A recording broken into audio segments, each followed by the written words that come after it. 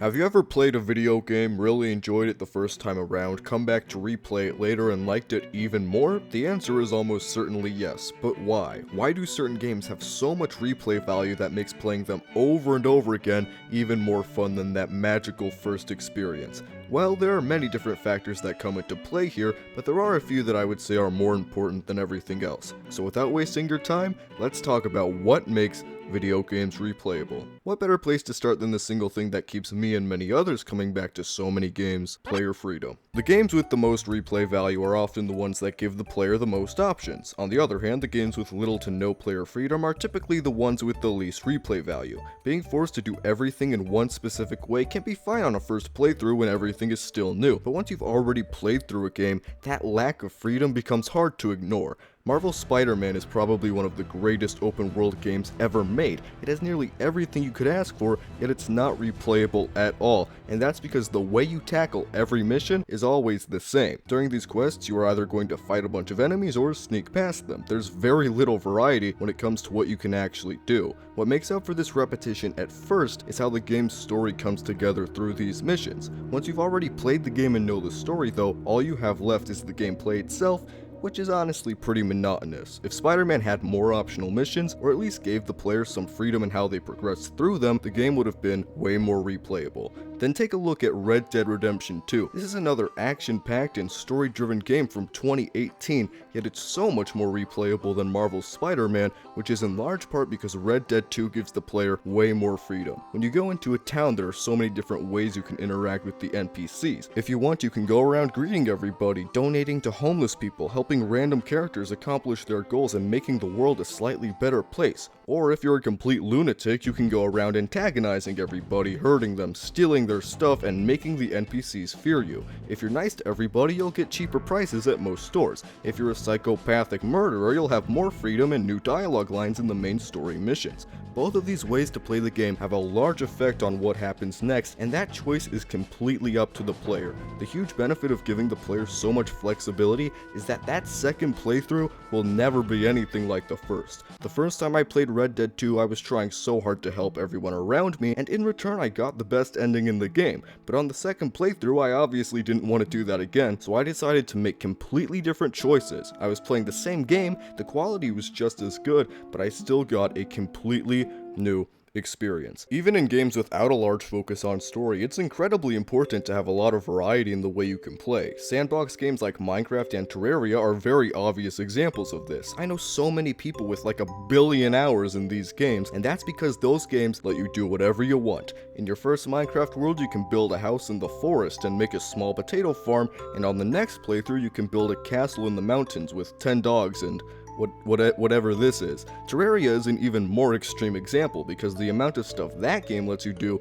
is ridiculous. Not only can you build basically anything you want, but there's also so much variety when it comes to combat. There are swords, guns, explosives, spears, boomerangs. This game has nearly 600 weapons, dozens of armor sets, 1 million accessories. You could be on your 20th Terraria playthrough and it would still feel completely new, which is why so many people are dedicated to replaying that game. Both Minecraft and Terraria have a progression system and an ending, but all of the stuff in between is completely up to the player. The real goals in these games is whatever the player wants them to be. They don't have incredible lore or storytelling, they don't have groundbreaking graphics. What they do have though is options, and that's what makes them replayable. If there was a restaurant with only 2 items, it could be the most delicious food ever, but you wouldn't come back all the time because it would get stale, and video games are the same way. Having a lot of ways to play a game keeps it fresh and exciting when you return. Even that small, weird new indie game known as Super Mario Bros. Had a bunch of different ways to play.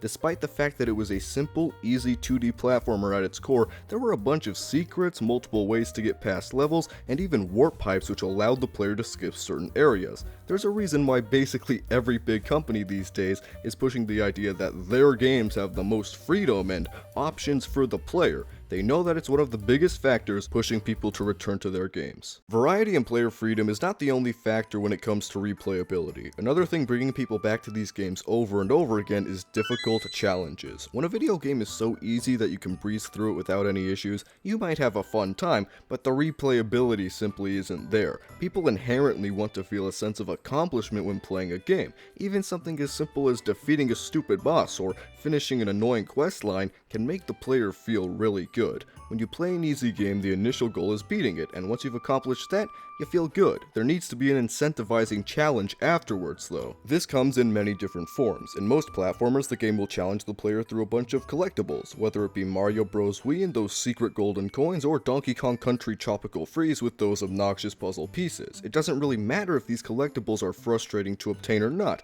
They give the player an obstacle to get past after beating the game, which is what's actually important. The initial challenge of the game is beating it, and the challenge afterward is mastering it by finding every little secret. Another way these games stay replayable through difficulty is with selectable game modes. Expert mode in Terraria, Master mode in Breath of the Wild, Steel Soul mode in Hollow Knight. These are examples of really good difficulty increasing settings in games, although the truth is that once again, the quality doesn't really matter. Difficulty selection is probably the most lazy mechanic in most games.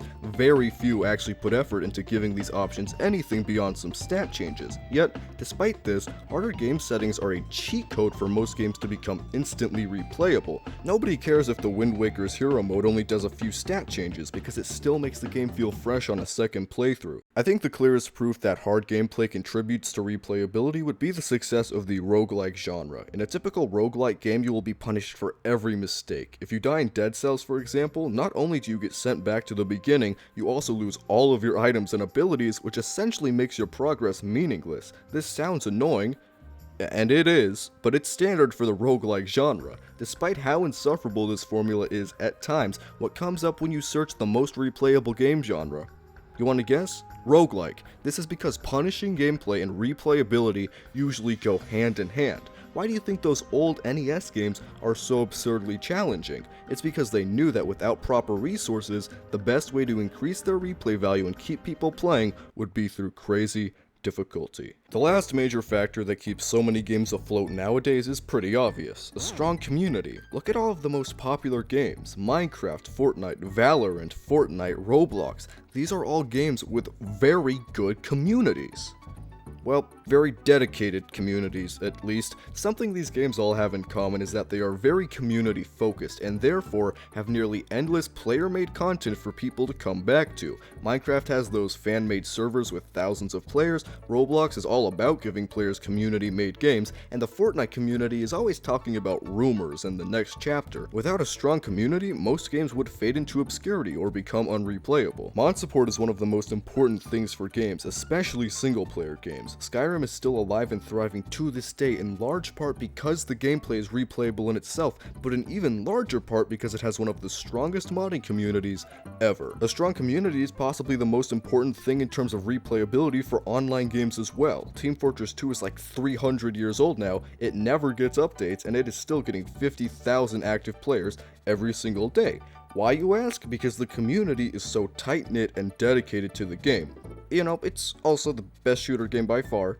You know, that also probably helps. At the end of the day, I think that replayability is one of the most important elements in any game. If a game can't give me a good experience after the first go-around, it isn't a masterpiece in my book. That is, unless it's Marvel Spider-Man. That game is a masterpiece.